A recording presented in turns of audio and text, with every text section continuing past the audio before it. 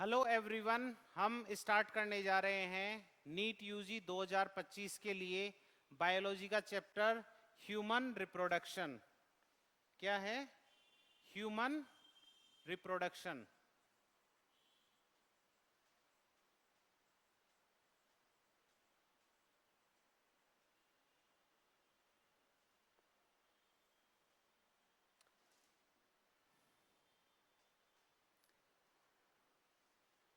Human reproduction के अंदर हम दो वर्ड पढ़ते हैं जो एनसीईआरटी में सबसे ऊपर लिखे हुए हैं, सबसे पहली लाइन लिखी हुई है।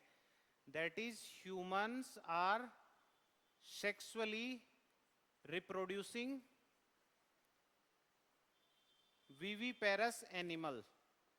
तो इन दोनों वर्ड का क्या मतलब है, इसी वर्ड से हमें पूरा चैप्टर समझ में आ जाएगा। सेक्सुअली मीन्स मेल और फीमेल दो अलग अलग सेक्स होते हैं, यानी कि एक मेल होता है जिसको हम इस तरीके से डिनोट करते हैं और एक फीमेल होता है जिसको हम इस तरीके से डिनोट करते हैं, राइट। अब मेल और फीमेल जो दोनों हैं, इनके अंदर इनका रिप्रोडक्टिव सिस्टम होता है। तो मेल रिप्रोडक्टिव सिस्टम के अंदर बनते हैं मेल गैमीट जिसको हम बोलते हैं स्पर्म, और फीमेल के अंदर बनता है फीमेल गैमीट जिसे हम बोलते हैं ओवम। तो मेल के अंदर जो स्पर्म बन रहा है और फीमेल में जो ओवम बन रहा है, ये क्या है? गैमीट हैं। क्या है? गैमीट हैं। अब हमें दो बातें समझनी है। देखो, मेल और फीमेल जो बॉडी होती है उसके अंदर हर एक जो सेल होती है वो होती है डिप्लॉइड, यानी कि द्विगुणित कोशिका होती है, और उसके अंदर 2 सेट्स ऑफ क्रोमोसोम होते हैं। और जो गैमीट बनता है वो हमेशा हैप्लॉइड होता है, यानी कि n, और उसके अंदर हाफ सेट्स यानी कि 23 क्रोमोसोम होते हैं। तो ये जो इवेंट है मेल और फीमेल के अंदर गैमीट बनने का, इस प्रोसेस को हम बोलते हैं गैमेटोजेनेसिस। क्या बोलते हैं? गैमेटोजेनेसिस। अब देखो, मेल के अंदर स्पर्म बनते हैं और फीमेल में ओवम बनते हैं।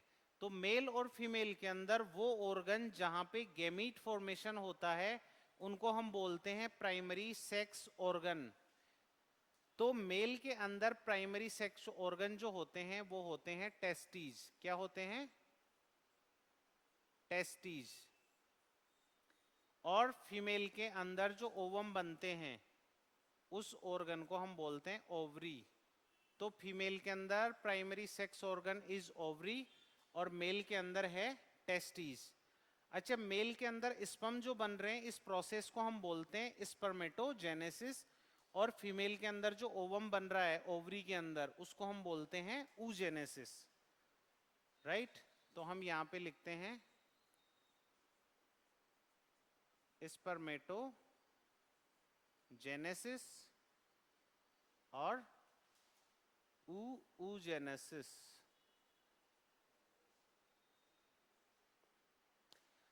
अब क्या होता है, मेल के अंदर स्पर्म बन गया। देखो, स्पर्म कुछ इस तरीके का होता है, मतलब उसमें एक टेल होती है, हेड होता है, नेक होता है। तो ये मोटाइल होता है और एक जगह से दूसरी जगह पे मूव कर सकता है। और जो ओवम होता है वो लार्ज होता है और इमोटाइल होता है। तो इन दोनों मेल और फीमेल गैमेट के फ्यूजन के लिए आपको मेल गैमेट को फीमेल गैमेट तक पहुंचना पड़ेगा। तो मेल गैमेट फीमेल गैमेट तक कैसे पहुंचता है?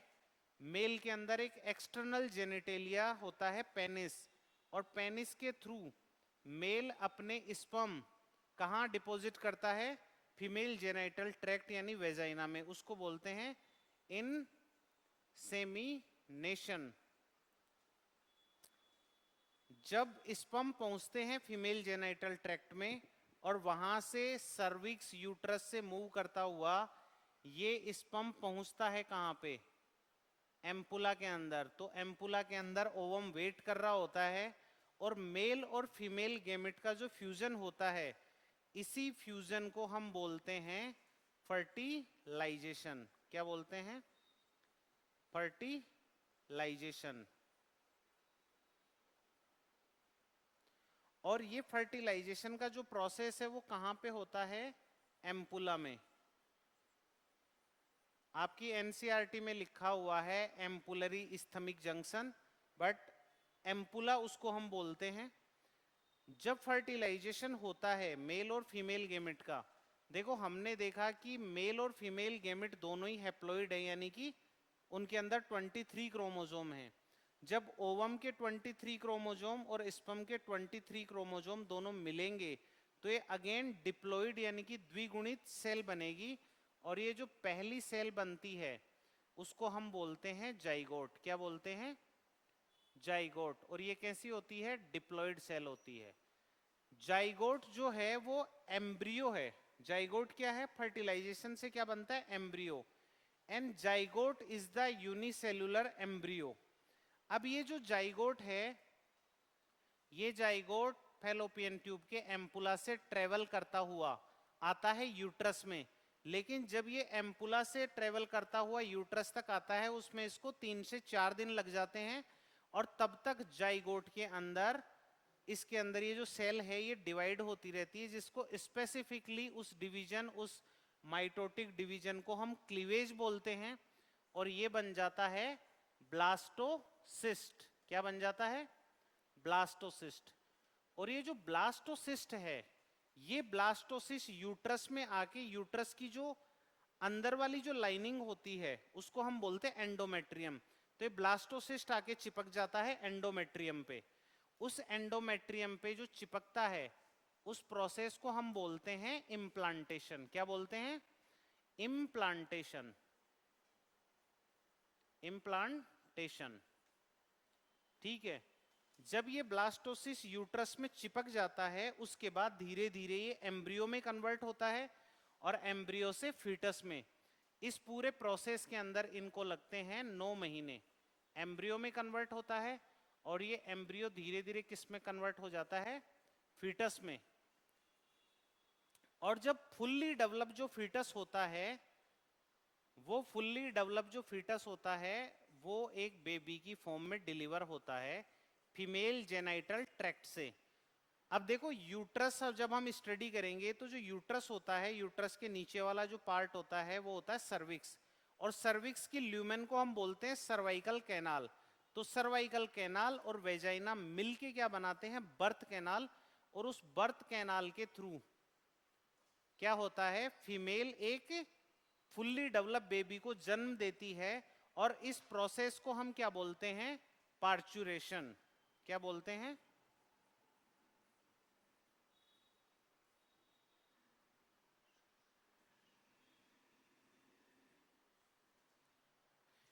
और जब बच्चा पैदा होता है तो अगले 6 महीने तक डॉक्टर भी यही रिकमेंड करते हैं, और बच्चे को माँ के द्वारा सिर्फ दूध पिलाया जाना चाहिए।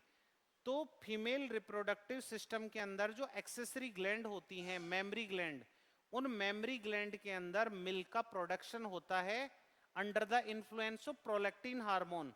और जब बेबी की डिलीवरी हो जाती है उसके बाद under the influence of oxytocin hormone milk का सीक्रेशन होता है, और मिल्क जो सीक्रेट करती है मेमरी ग्लैंड उसको हम बोलते हैं लैक्टेशन।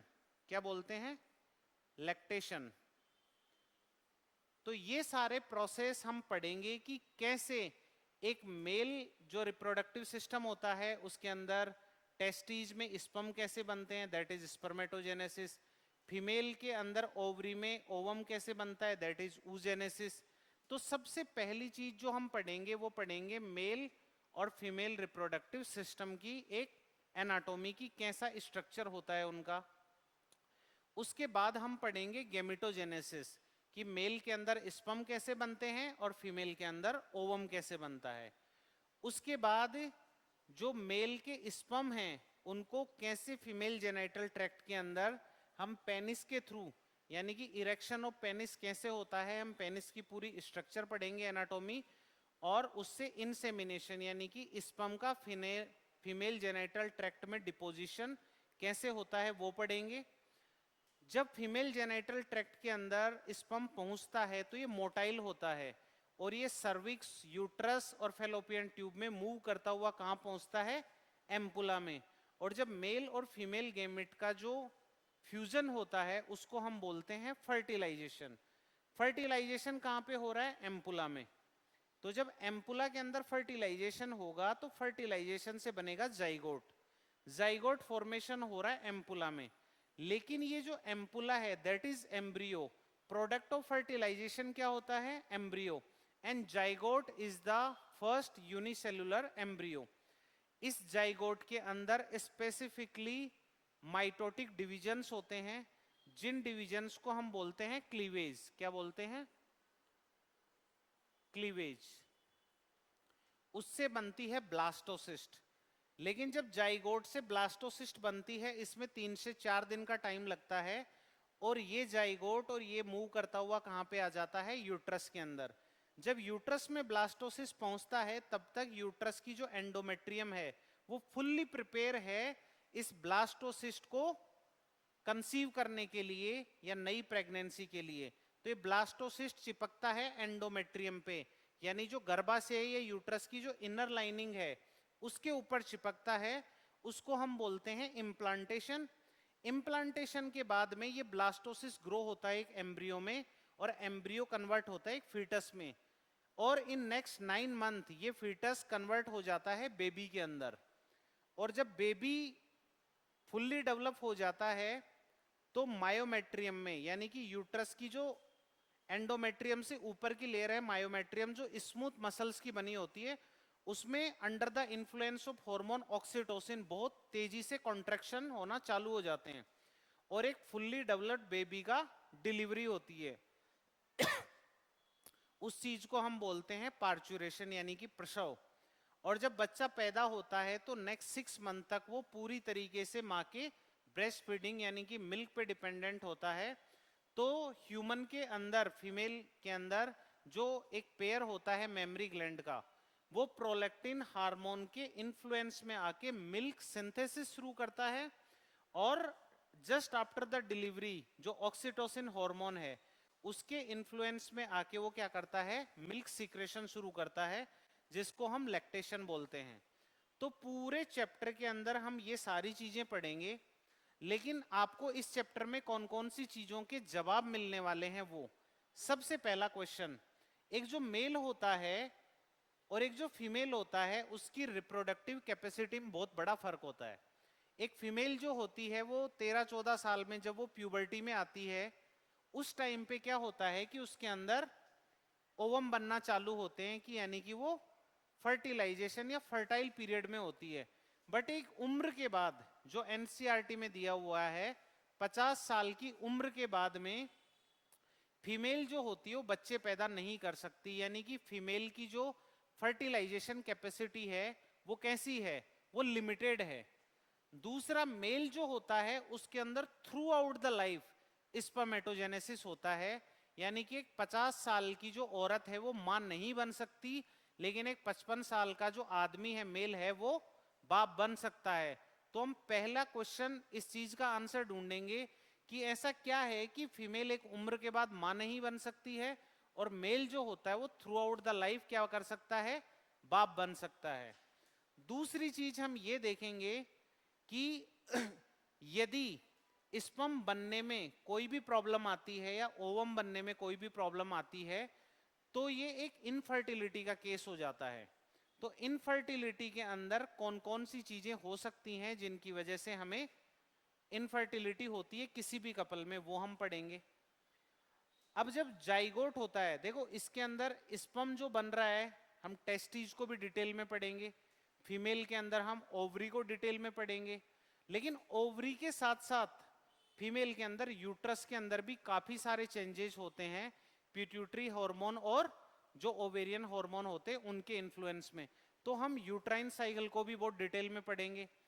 जो फर्टिलाइजेशन एक्टिविटी, एक स्पर्म का ओवम के साथ फ्यूजन होना, ये भी एक कॉम्प्लेक्स प्रोसेस है और इस नेचर की बहुत ब्यूटीफुल एक इवेंट है।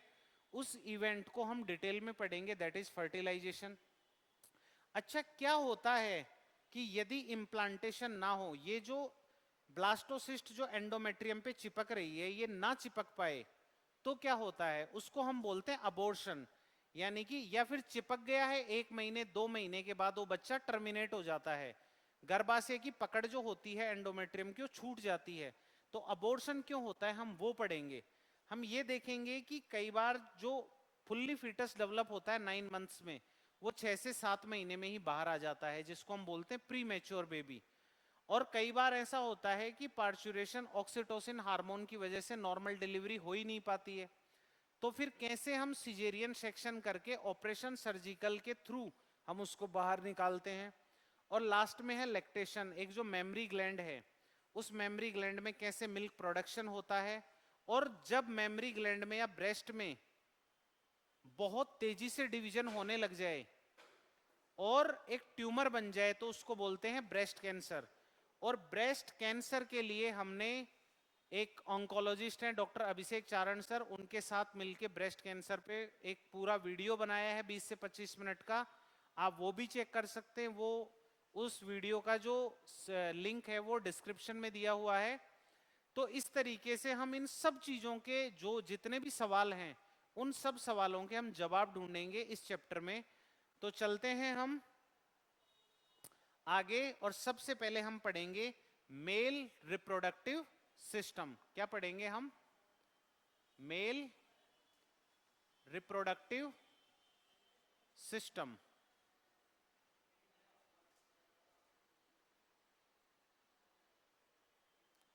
अब देखो, मेल रिप्रोडक्टिव सिस्टम, मेल हो चाहे फीमेल हो, दोनों के अंदर दो चीजें हमें ध्यान रखनी है। पहला, एक होता है प्राइमरी सेक्स ऑर्गन। क्या होता है? Primary sex organ. तो मेल के अंदर प्राइमरी सेक्स, पहले तो ये है कि प्राइमरी सेक्स ऑर्गन होता क्या है। प्राइमरी सेक्स ऑर्गन वो होता है जो गेमीट फॉर्मेशन करता है, राइट? Gamete formation. अब वो गेमीट फॉर्मेशन कुछ भी हो सकता है। देखो, मेल के अंदर उस गेमीट को हम स्पर्म बोलते हैं, राइट? और उसको हम ओवम बोलते हैं। फीमेल के अंदर जो गेमीट होता है उसे ओवम बोलते हैं। तो प्राइमरी सेक्स ऑर्गन वो ऑर्गन होते हैं जो गेमीट फॉर्मेशन करते हैं। और दूसरा क्या है? Sexual hormone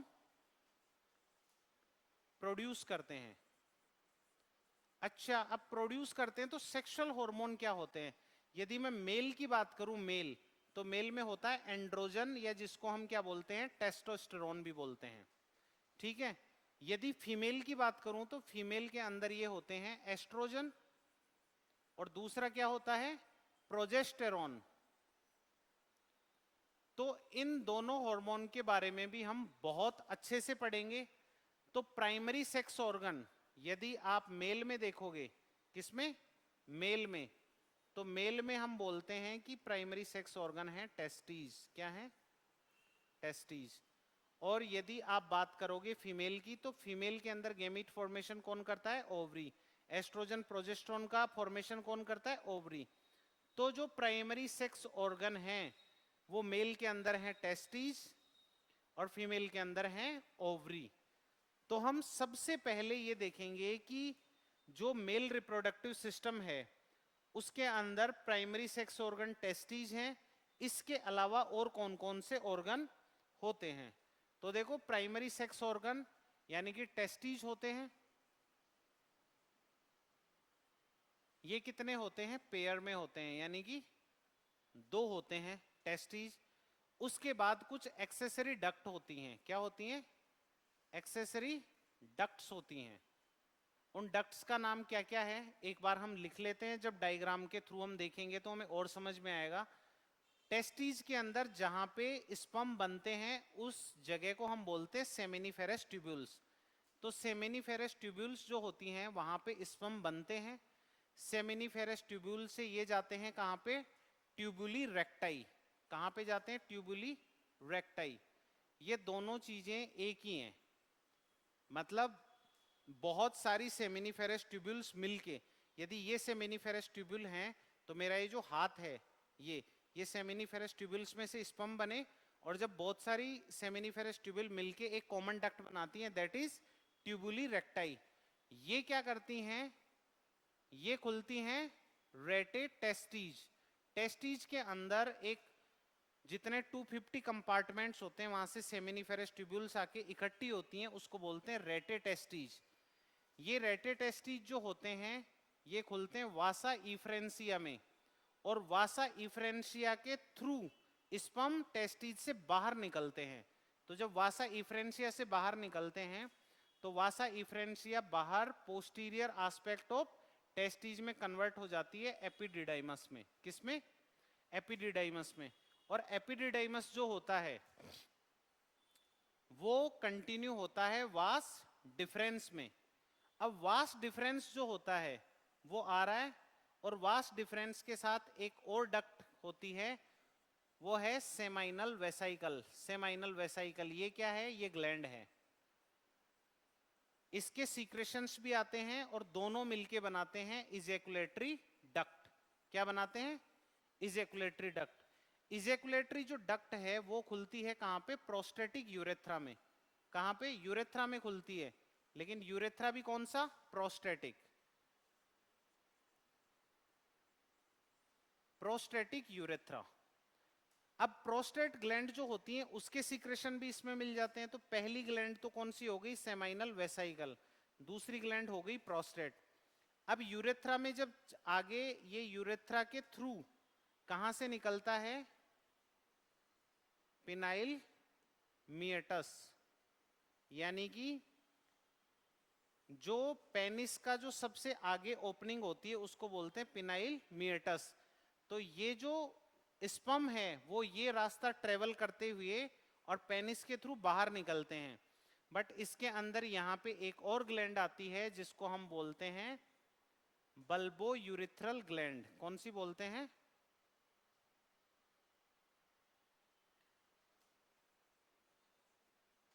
bulbo urethral gland, जिसको हम काउपर्स ग्लैंड भी बोलते हैं। क्या बोलते हैं? Cowper's gland. तो देखो तीन चीजें होती हैं। पहली, प्राइमरी सेक्स ऑर्गन टेस्टी जिसके अंदर स्पर्म बनते हैं। दूसरा है एक्सेसरी डक्ट जो सेमिनिफेरस ट्यूबुल में बनने वाले स्पर्म को लेके आगे चलती हैं डक्ट्स। रेटे टेस्टीज, वासा इफ्रेंसिया, एपिडिडाइमिस, वास डिफरेंस। फिर वास डिफरेंस के अंदर सेमाइनल वेसाइकल अपने सीक्रेशंस डालता है और कॉमन डक्ट बनती है इजैकुलेटरी डक्ट। इजैकुलेटरी डक्ट खुलती है प्रोस्टेटिक यूरेथ्रा में। तो प्रोस्टेट ग्लैंड भी अपने कुछ सीक्रेशंस यहाँ पे डालती है। प्रोस्टेट ग्लैंड के जो सीक्रेशन होते हैं वो स्पर्म की मोटिलिटी में हेल्प करते हैं। और जो बल्बो यूरिथ्रल ग्लैंड है उसके भी सीक्रेशन कहाँ पे आते हैं? यूरेथ्रा के थ्रू। और स्पर्म और या सीमन जो होता है वो कहाँ से? पेनिस के थ्रू बाहर निकलता है। तो ये एक्सेसरी डक्ट हैं पूरी, रेटे टेस्टीज, वास इफ्रेंसिया, एपिडिडाइमिस, वास डिफरेंस और इजैकुलेटरी डक्ट, और यूरेथ्रा और पिनाइल यूरेथ्रा। अब तीसरी जो चीज है वो है ग्लैंड्स। कौन सी है? ग्लैंड्स। तो इसी के अंदर मैंने बता दिया, देखो पहली ग्लैंड है सेमाइनल वेसाइकल। ये कैसे होती हैं? ये पेयर में होती हैं, राइट और लेफ्ट दोनों होती हैं। प्रोस्टेटिक जो ग्लैंड है, प्रोस्टेट ग्लैंड है, वो क्या होती है? सिंगल ग्लैंड होती है। और जो बल्बो यूरिथ्रल ग्लैंड है ये भी कैसे होती हैं? पेयर में होती हैं। तो बल्बो यूरिथ्रल ग्लैंड के जो सीक्रेशंस है ना वो पेनिस के लुब्रिकेशन में भी हेल्प करते हैं, जो कोइटस या इंटरकोर्स के टाइम पे काम आता है। तो बल्बो यूरिथ्रल ग्लैंड के सीक्रेशन लुब्रिकेशन में हेल्प करते हैं। प्रोस्टेटिक ग्लैंड के या प्रोस्टेट ग्लैंड के जो सीक्रेशंस हैं वो स्पर्म की मोटिलिटी में हेल्प करते हैं। और सेमाइनल वेसाइकल, इन तीनों ग्लैंड का सीक्रेशन मिलके क्या बनता है? Seminal plasma. सेमाइनल प्लाज्मा जो होता है वो रिच होता है fructose, calcium and certain enzymes. तो सीमन क्या होता है? अल्टीमेटली निकलेगा क्या यहां से? मेल रिप्रोडक्टिव सिस्टम से सीमन निकलेगा। क्या निकलेगा? सीमन। तो क्या होता है सीमन? हिंदी में इसे वीर्य बोलते हैं। तो ये क्या होता है? ये होता है स्पर्म, जो कहाँ बने हैं, स्पर्म बने हैं टेस्टिस के अंदर सेमिनिफेरस ट्यूब्यूल्स में, और इसके अंदर होता है सेमाइनल प्लाज्मा। सेमाइनल प्लाज्मा कहाँ से बना है, मैंने बताया एक पेयर है सेमाइनल वेसाइकल है ग्लैंड, एक पेयर है right left, prostate gland single है और बल्बोयूरिथ्रल ग्लैंड पेयर में है। तो इन तीनों ग्लैंड का जो सीक्रेशन है वो मिलके बनता है सेमाइनल प्लाज्मा, और ये दोनों मिक्स में इनको हम बोलते हैं स्पर्म, मतलब स्पर्म और सेमाइनल प्लाज्मा को मिला के हम बोलते हैं सीमन। तो देखो ये सारी चीजें जो मैंने आपको एक ओवरव्यू दिया है, ये अभी हम डायग्राम के थ्रू समझेंगे, और हम देखेंगे कि सबसे पहले हम टेस्टिज को देखेंगे कि टेस्टिज के अंदर सेमिनिफेरस ट्यूब्यूल्स के अंदर स्पर्म कैसे बनते हैं, और दूसरा फिर हम देखेंगे कि इस सेमाइनल प्लाज्मा में और क्या क्या चीजें होती हैं, स्पर्म की स्ट्रक्चर कैसे होती है और कैसे एक स्पर्म बनता है।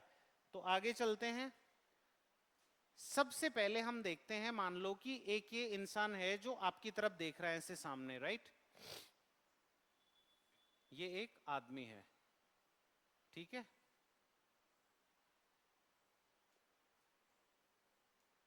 एक मिनट,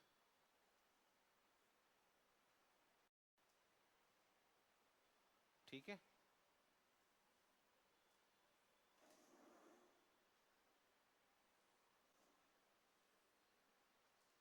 यदि हम इस आदमी को ऐसे मानते हैं कि ये आदमी आपकी तरफ देख रहा है, ये आपकी अंडरस्टैंडिंग के लिए है। तो देखो यहां गर्दन से नीचे लेके और जितने में हमारे रिब्स होती हैं, लंग्स होता है, इसको हम बोलते हैं थोरैक्स। क्या बोलते हैं, थोरैक्स। थोरैक्स और पेट के बीच में एक क्लियर कट डिमार्केशन होता है। कैसा डिमार्केशन होता है कि जैसे कढ़ाई जो आती है ना, कढ़ाई आप उसको उल्टा कर दो 3D में तो आपको समझ में आ जाएगा कि डोम शेप स्ट्रक्चर होती है जिसको हम डायाफ्राम बोलते हैं। इसके नीचे जिसके अंदर हमारी आंत वगैरह होती है और जहां तक हम बेल्ट बांधते हैं या अम्बलाइकस होता है वहां तक, इसको हम मोटा मोटा मैं बता रहा हूं आपको एब्डोमेन बोलते हैं। और इसके नीचे का ये जो एरिया होता है इसको हम बोलते हैं पेल्विक रीजन। क्या बोलते हैं, पेल्विक रीजन या पेल्विस बोलते हैं। देखो जैसे डायफ्राम यहाँ पे है ना लंग्स को और इंटेस्टाइन को अलग करने के लिए, यहाँ पे भी एक डायफ्राम होता है। तो ये जो पेल्विक रीजन है, इस रीजन के अंदर होता है मेल रिप्रोडक्टिव सिस्टम या फीमेल रिप्रोडक्टिव सिस्टम, राइट। लेकिन खास बात क्या है, देखो फीमेल के अंदर जो ओवरी होती हैं वो पूरा का पूरा सिस्टम यही होता है, लेकिन मेल के अंदर जो प्राइमरी सेक्स ऑर्गन है वो आउटसाइड द एब्डोमिनल केविटी एक पाउच में रखे होते हैं, और इस पाउच को हम बोलते हैं स्क्रोटम। क्या बोलते हैं, स्क्रोटम। ये जो पाउच होता है इसके अंदर दो, मतलब वन पेयर ऑफ टेस्टिस यहां पे रखे होते हैं।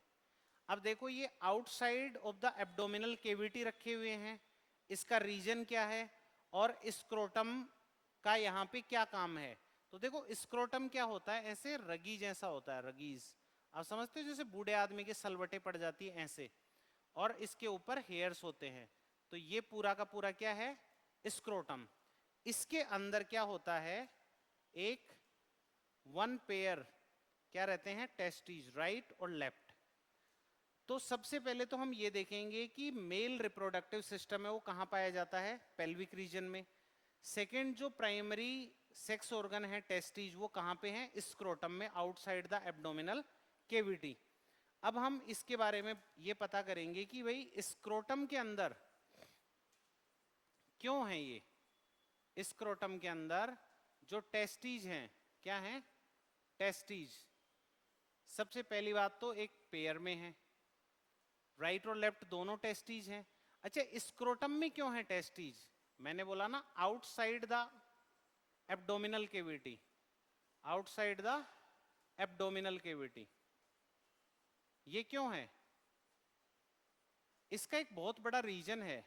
देखो स्पर्मेटोजेनेसिस के लिए, किसके लिए, स्पर्मेटोजेनेसिस के लिए जो टेस्टिज को टेम्परेचर चाहिए वो टेम्परेचर होता है 2 to 2.5 डिग्री सेल्सियस। ये याद रखना, एनसीईआरटी में ऐसे ही दिया हुआ है और क्वेश्चन भी ऐसे ही आता है कि स्पर्मेटोजेनेसिस के लिए 2 to 2.5 degree Celsius lower than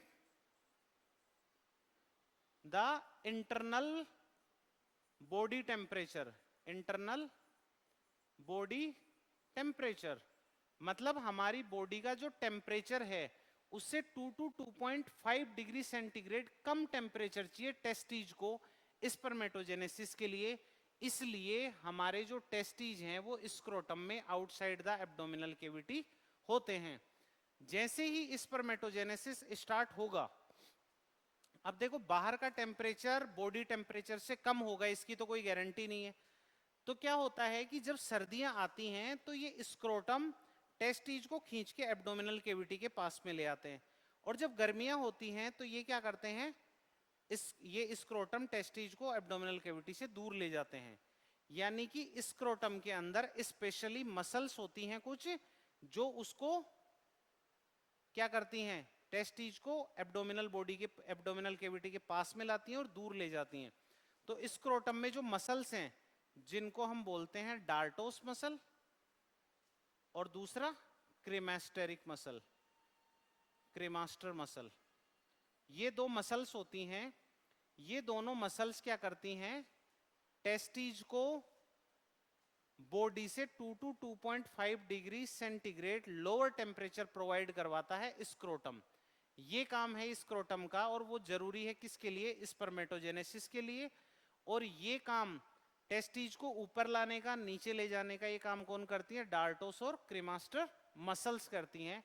इससे ज्यादा स्क्रोटम का कोई रोल है नहीं। तो यदि मैं एक बात बताऊं कि ये जो टेस्टिज है स्क्रोटम के अंदर ये किस शेप में है, सबसे पहले तो ये देखना पड़ेगा कि ये ओवल शेप में होते हैं टेस्टिज। कैसा होता है, ओवल इन शेप। तो ये 2 से 3 सेंटीमीटर तो क्या होते हैं, 2 to 3 सेंटीमीटर इनकी विड्थ होती है, यानी कि चौड़ाई। और यदि आप देखो टेस्टिज की तो 4 to 5 सेंटीमीटर क्या होता है, लेंथ होती है। ये इसका एक बेसिक स्ट्रक्चर है। अब हम आगे चलते हैं, primary sex organ of male reproductive system, testis के बारे में पढ़ते हैं अपन। किसके बारे में, टेस्टिस।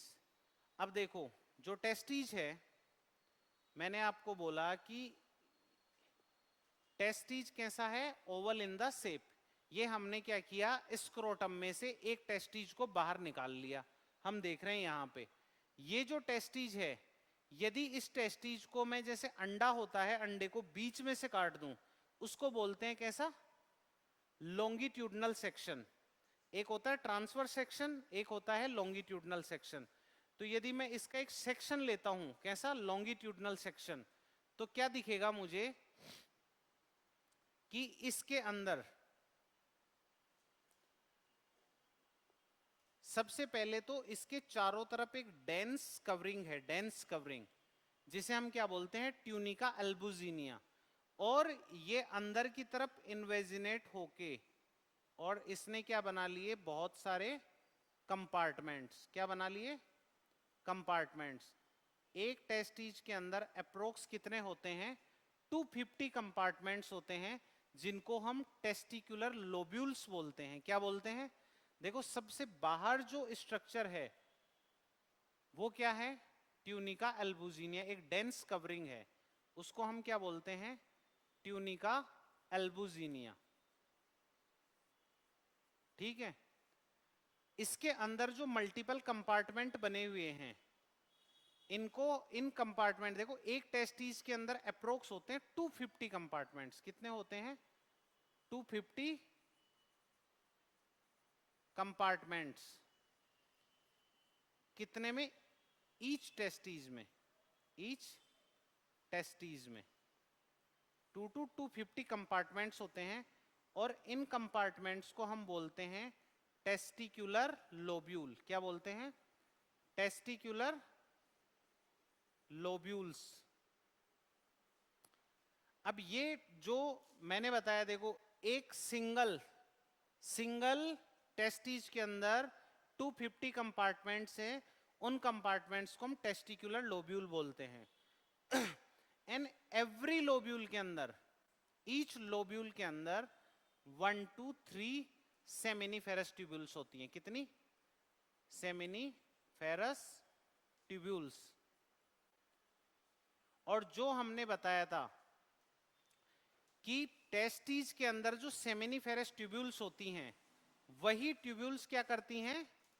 स्पर्मेटोजेनेसिस, यानी ये जो कंपार्टमेंट्स हैं इनके अंदर हाईली कॉइल्ड स्ट्रक्चर होती है, ट्यूब्स होती हैं, 1 से 3 तक हो सकती हैं। इन हाईली कॉइल्ड स्ट्रक्चर को ही हम क्या बोलते हैं? सेमिनिफेरस ट्यूब्यूल्स बोलते हैं। ये 1 to 3 कितनी भी हो सकती हैं। और इन हाईली कॉइल्ड जो स्ट्रक्चर है सेमिनिफेरस ट्यूब्यूल, यहां से बनना शुरू होता है, यहां से बनना शुरू होता है स्पर्म। तो देखो ये जो सेमिनिफेरस ट्यूब्यूल्स हैं, इन ट्यूब्यूल्स के बीच में भी कुछ कुछ जगह है। इस 2 सेमिनिफेरस ट्यूब्यूल्स के बीच में जो स्पेस है, इसको हम बोलते हैं इंटरस्टिशियल स्पेस। क्या बोलते हैं? Interstitial space. हम यहां पे लिखते हैं, ये जो स्पेस है इसको बोलते हैं हम इंटरस्टिशियल स्पेस। क्या बोलते हैं? Interstitial space. इस इंटरस्टिशियल स्पेस के अंदर भी कुछ सेल्स होती हैं, उन सेल्स को हम बोलते हैं लीडिंग सेल्स। क्या बोलते हैं? Leydig cells. या इन्हीं सेल्स को हम बोलते हैं इंटरस्टिशियल सेल्स। क्या बोलते हैं? Interstitial cells. ठीक है। और इसी इंटरस्टिशियल स्पेस के अंदर कुछ अदर इम्यूनो कॉम्पिटेंट सेल्स भी पाई जाती हैं। तो हम लिखेंगे कि यहां पे कुछ अदर इम्यूनो कॉम्पिटेंट सेल्स भी पाई जाती हैं। तो देखो मैंने टेस्टिस का एक लॉन्गिट्यूडनल सेक्शन लिया, तो मुझे क्या दिखा? 250 कंपार्टमेंट्स दिखे, राइट। उसके बाहर एक डेंस कवरिंग दिखी जिसे ट्यूनिका एल्बुजिनिया कहते हैं। हर कंपार्टमेंट के अंदर मुझे 1 से 3 हाईली कोइल्ड ट्यूब्स दिखी, जिनको मैं सेमिनिफेरस ट्यूब्यूल्स बोल रहा हूं, जिसके अंदर क्या होता है? स्पर्म का प्रोडक्शन। और दूसरा इंटरस्टिशियल स्पेस है जिसमें ये सेल्स होती हैं।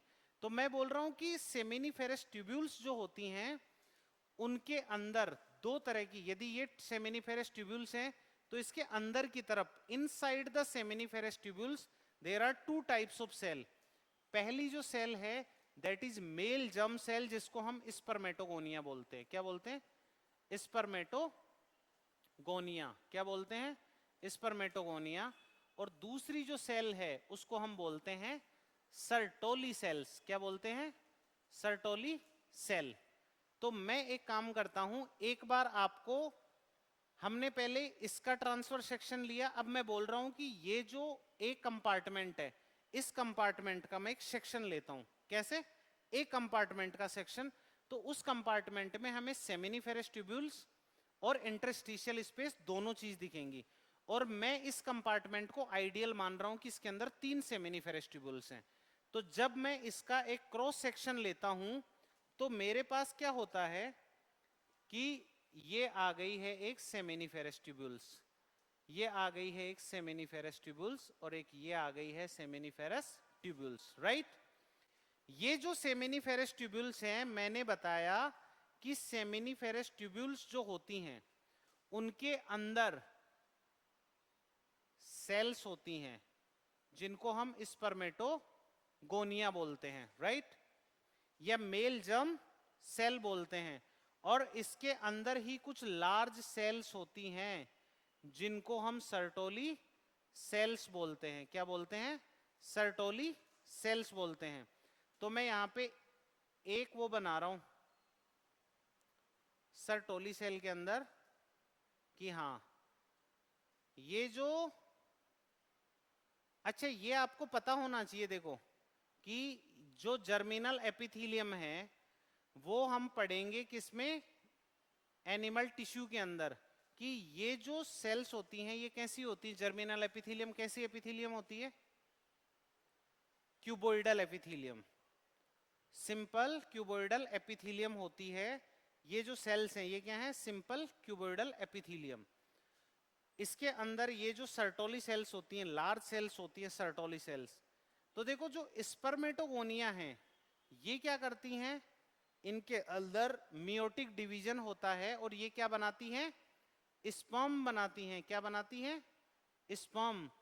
और इन स्पर्म्स को और इन मेल जर्म सेल्स को न्यूट्रिशन देने का काम कौन करती हैं? Sertoli cells. तो दो सेल्स सेमिनिफेरस ट्यूबुल्स के अंदर हैं। हम दूसरी बात करते हैं कि ये जो इंटरस्टिशियल स्पेस है इसके अंदर कुछ स्पेशल सेल्स होती हैं। इन सेल्स को हमने क्या बोला? लेडिंग सेल्स या इंटरस्टिशियल सेल्स, जो किसका प्रोडक्शन करती हैं? टेस्टोस्टेरोन या एंड्रोजन हार्मोन का। और जो सर्टोली सेल हैं वो न्यूट्रिशन प्रोवाइड करवाने के अलावा और क्या काम करती हैं? ये काम करती हैं ब्लड टेस्टिस बैरियर बनाने का काम करती हैं। ये इनहिबिन प्रोड्यूस करती हैं। और जो टेस्टोस्टेरोन ये लेडिंग सेल्स बना रही हैं उस टेस्टोस्टेरोन को अंदर लाने के लिए एक और प्रोटीन बनाती है, that is androgen binding protein, ABP, right. तो मैं एक एक करके इनका नाम लिख देता हूं। सबसे पहले जो इंटरस्टिशियल स्पेस के अंदर जो एंडोक्राइन सेल्स हैं, कौन सी सेल्स हैं? एंडोक्राइन सेल्स, जिनमें डक्ट्स नहीं होती हैं, जो डायरेक्टली अपने सीक्रेशन ब्लड में छोड़ती हैं और उस सीक्रेशन को क्या बोलते हैं हम? हार्मोन। तो ये जो सेल्स हैं, स्पेशल टाइप ऑफ सेल्स जो हैं, इन सेल्स को हम बोलेंगे लेडिंग सेल्स या इंटरस्टिशियल सेल्स। क्या बोलते हैं? लेडिंग सेल्स या फिर इंटरस्टिशियल सेल। ठीक है। ये क्या करती हैं? ये प्रोडक्शन करती हैं एंड्रोजन का। किसका? एंड्रोजन, या जिसको हम बोलते हैं टेस्टोस्टेरोन। क्या बोलते हैं? Testosterone, right. अच्छा, ये जो लार्ज सेल्स हैं जो दिख रही हैं आपको सेमिनिफेरस ट्यूब्यूल्स के अंदर, इनको हम बोलते हैं सर्टोली सेल्स। क्या बोलते हैं? Sertoli cells. अच्छा, सर्टोली सेल न्यूट्रिशन देने का काम करती है, यानी कि फीड कराने का काम करती है, एक नर्स का काम करती है, इसलिए इनको नर्स सेल भी बोलते हैं। क्या बोलते हैं? Nurse cell. अच्छे, लंबी लंबी हैं, बड़ी बड़ी हैं, इसलिए इनको सस्टेंटाक्युलर सेल भी बोलते हैं। क्या बोलते हैं? सस्टेंटाक्युलर, सस्टेंटाक्युलर सेल। तो हम सर्टोली सेल को नर्स सेल भी बोलते हैं, सर्टोली सेल भी बोलते हैं और सस्टेंटाक्युलर सेल भी बोलते हैं। अच्छा, सर्टोली सेल क्या काम करती है? देखो, सर्टोली सेल का पहला काम है न्यूट्रिशन प्रोवाइड करवाना। किसको? स्पर्म को। और मेल जर्म सेल्स जो भी हैं यहाँ पे, उनको सबको न्यूट्रिशन देने का काम कौन करेगी? Sertoli cell. इसीलिए इसको नर्स सेल बोलते हैं। अच्छा, दूसरा और काम क्या है इसका? ये बनाती है ब्लड टेस्टिस बैरियर। अच्छा, इसकी जरूरत क्यों पड़ गई? देखो, ब्लड के और टेस्टिस के बीच में बैरियर बनाना क्यों जरूरी है? मैंने आपको स्टार्ट किया तब बताया था कि मेल और फीमेल की हर एक सेल कैसी होती है? डिप्लॉइड, द्विगुणित कोशिका होती है, 2 सेट्स ऑफ क्रोमोसोम होते हैं। बट जो हमारे स्पर्म बने हैं ये तो क्या है? एन है ना, एन, यानी कि हैप्लॉइड सेल्स हैं। और हैप्लॉइड सेल को अपनी human body as a foreign antigen detect करती है। तो यदि ब्लड के कांटेक्ट में स्पर्म आ गया तो उसको एंटीजन समझ के एंटीबॉडी खत्म कर देगी। तो हमारे ब्लड के कांटेक्ट में नहीं आए स्पर्म, इसलिए जो सर्टोली सेल्स हैं वो ब्लड के और टेस्टिस के बीच में एक बैरियर बनाती हैं, टाइट जंक्शन, जिसकी वजह से ये जर्म सेल्स जो होती हैं, स्पर्म जो होते हैं, वो प्रोटेक्टेड रहते हैं। तो इसलिए ब्लड टेस्टिस बैरियर का भी फॉर्मेशन कौन करता है? Sertoli cell.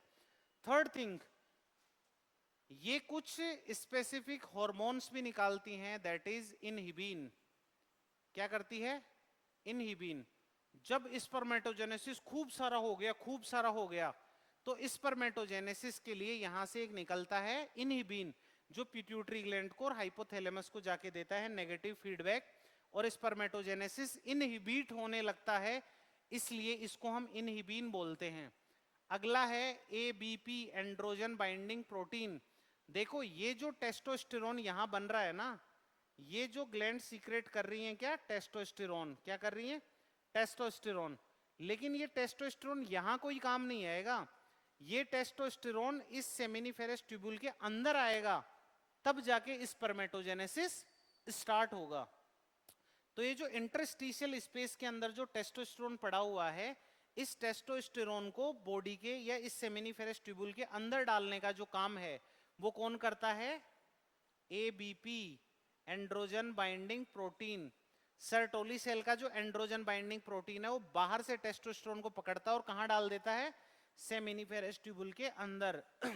जब हाई कॉन्सेंट्रेशन ऑफ टेस्टोस्टेरोन होता है सेमिनिफेरस ट्यूब्यूल के अंदर, तो ये स्टार्ट करता है स्पर्मेटोजेनेसिस।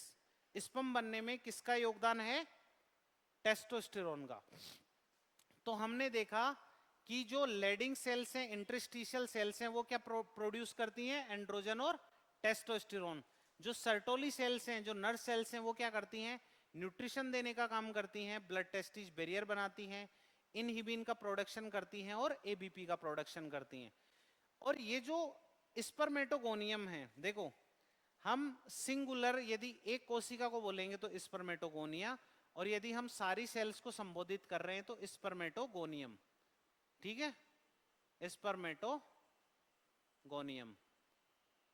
अच्छा, स्पर्मेटोगोनियम में क्या होता है, स्पर्मेटोगोनियम के अंदर होता है मियोसिस, और उस मियोसिस से क्या बनते हैं, 4 स्पर्म।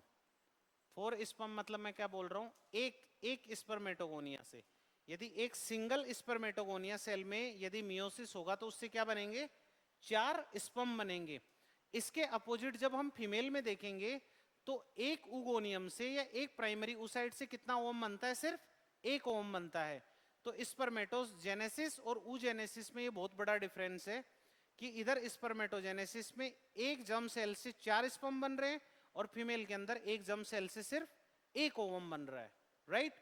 तो हमने क्या किया, देखो पहले हमने देखा कि प्राइमरी सेक्स ऑर्गन क्या है, टेस्टिज, कहां रखे हुए हैं, स्क्रोटम में। हमने स्क्रोटम से बाहर निकाल के देखा कि इसकी लंबाई चौड़ाई कितनी है।